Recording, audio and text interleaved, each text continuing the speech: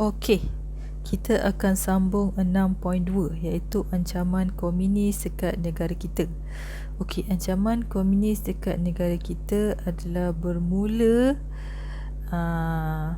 teruknya adalah selepas Jepun menyerah kalah. Okey, tengok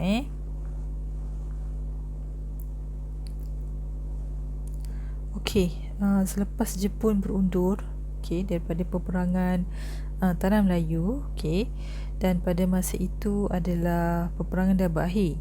Jadi semua penduduk bersorak. Dan masa tu tentera British belum sampai ke Tanah Melayu.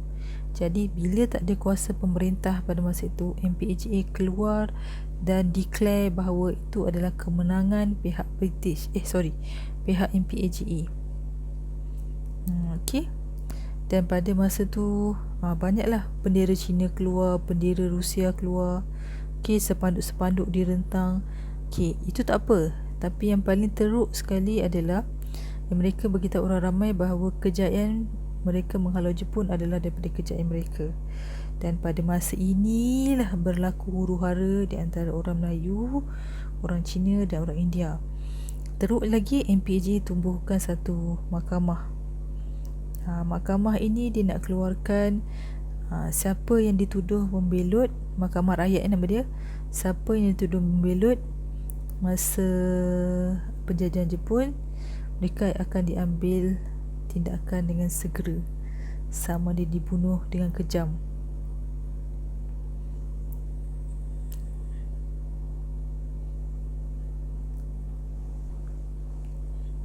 So serta-merta dia akan dihukum dan dia akan digelar sebagai pengkhianat.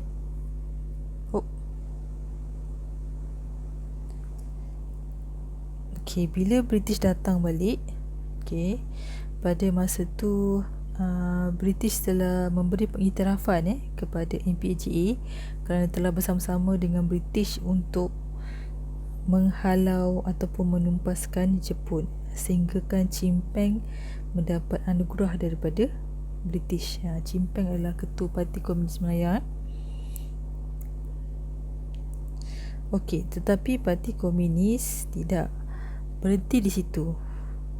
Dan mereka tak pulangkan senjata, dan mereka nakkan menghalau British daripada Tanah Melayu. Itu cita-cita mereka, sebab mereka nak menjadi parti komunis yang memerintah Malaya. Tapi British pula takkan nak serahkan Tanah Melayu, kerana British sendiri akui bahawa Tanah Melayu merupakan negeri yang paling kaya. Tetapi British lemah selepas Perang Dunia Kedua. British sebenarnya lemah pada masa Perang Dunia yang Kedua sebab British banyak duit British habis semasa masa perang. Jadi British sebenarnya tak cukup untuk menghalang nasionalis Melayu.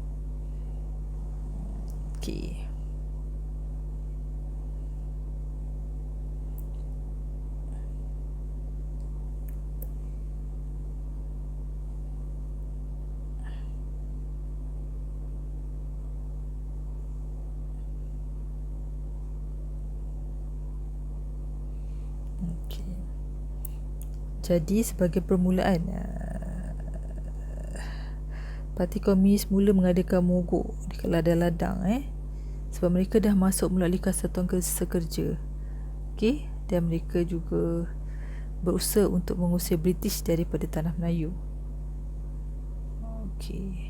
Dan paling teruk sekali adalah mereka cuba untuk memusnahkan ekonomi di Tanah Melayu.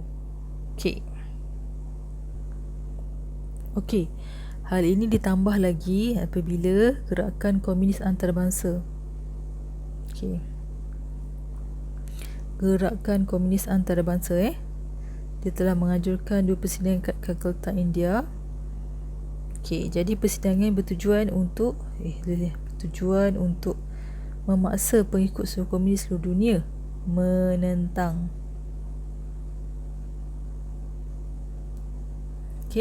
kuasa imperialis di negara Asia. Oleh itu PKM melancarkan. Okey, tolong betulkan ejaan. Kita tinggal M je sebenarnya. Melancarkan perjuangan bersenjata. Okey, seperti melumpuhkan ekonomi serta mengancam keselamatan rakyat. Keganasan PKM menyebabkan British terpaksa mengisytiharkan darurat.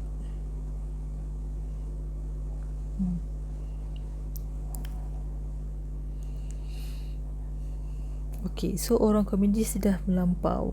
Jadi diorang lepas daripada dapat idea daripada persidangan komunis antarabangsa tadi, maka mereka juga telah menembak mati 3 orang peladang British dan menyebabkan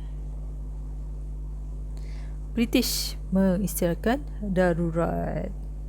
Yes, darurat 1948. Nampak, mereka juga bakar kampung, membunuh, okey,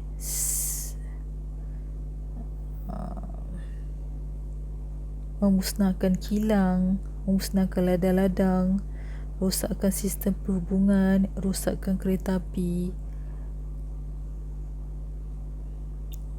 Macam mengisytiharkan perang lah. Jadi British tidak boleh berdiam diri. Tambahan pula pegawai dia dah kena bunuh. Okey, jadi British buat apa? British buat isytiharkan darurat dulu.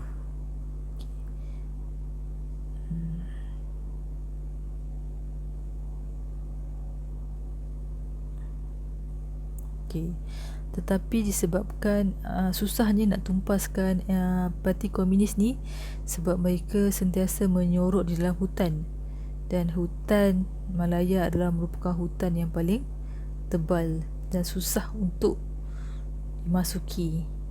Kecuali yang bertahan adalah pihak-pihak anggota-anggota gerila lah, kebanyakan yang komunis. Itu yang menyebabkan British mengambil langkah yang lama ataupun panjang untuk menghapuskan komunis.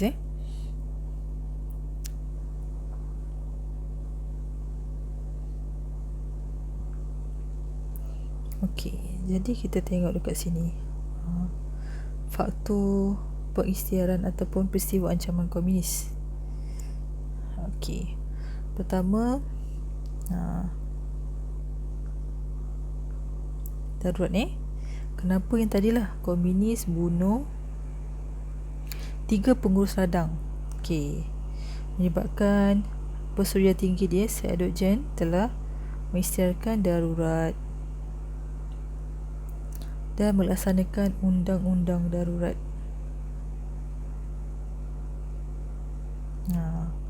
So bermula daripada beberapa negeri sahaja, lepas tu dikuasakan ke seluruh tanah Melayu.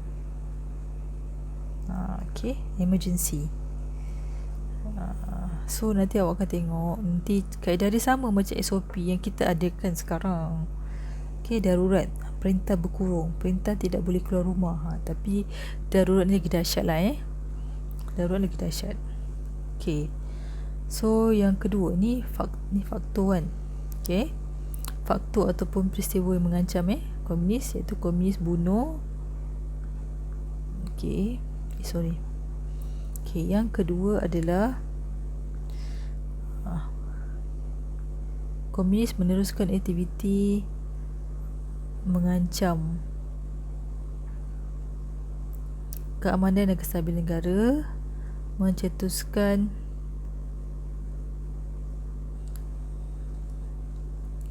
peperangan ataupun huru-hara boleh, supaya penduduk tidak sokong British.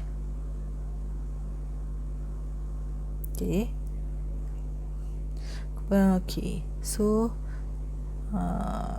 apa yang komunis buat? Yang penting dia buat 2. Satu, dia melumpuhkan ekonomi. Satu, dia merosakkan infrastruktur.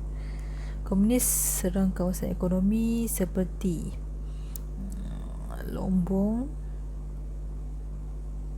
dan ladang. Antara kerosakannya seperti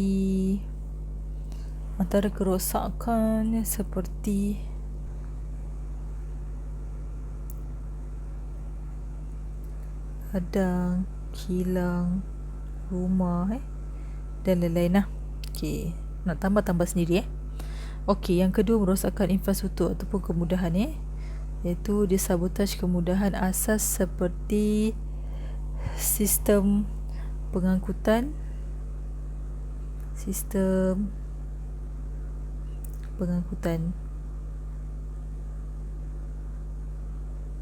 kan, mereka bom dan rosakkan landasan kereta api. Okey, kenderaan yang melalui jalan raya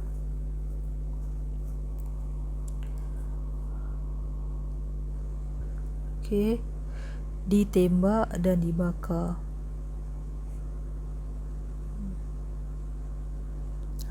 Okey, mereka juga menyerang pekerja awam yang membaiki paip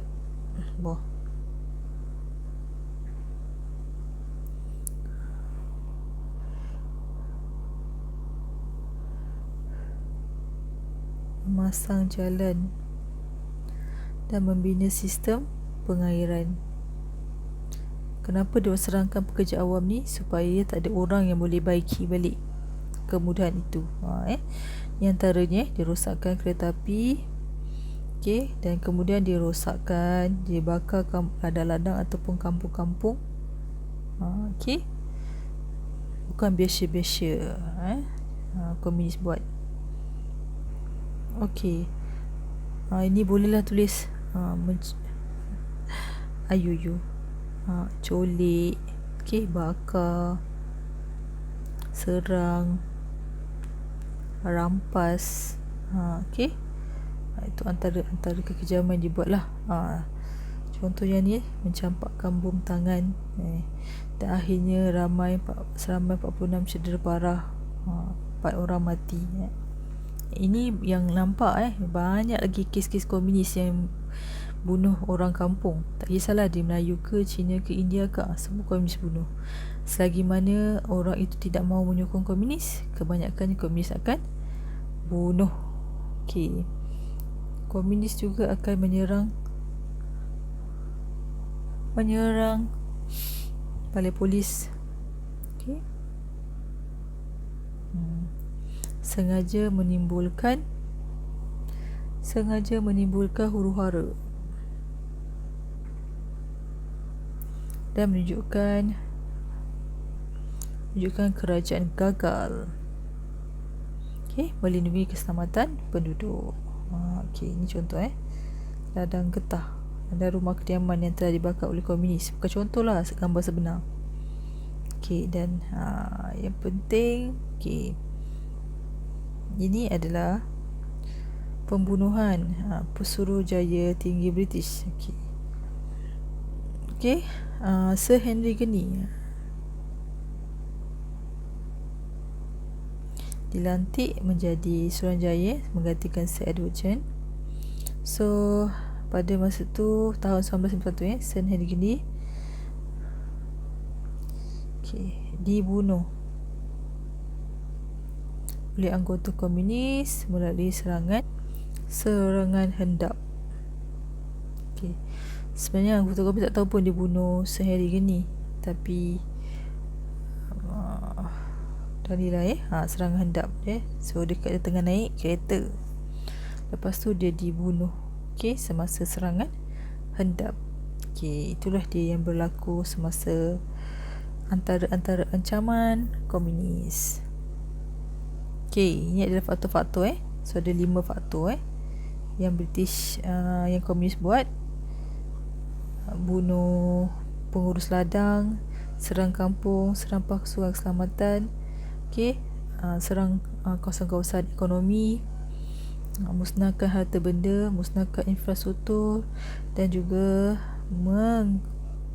mengancam rakyat, mengancam pasukan keselamatan, dan juga membunuh Pesuruhjaya Tinggi British. Banyak lagi lah. Ini antara yang utama yang komunis mengancam keselamatan penduduk dekat tanah Melayu.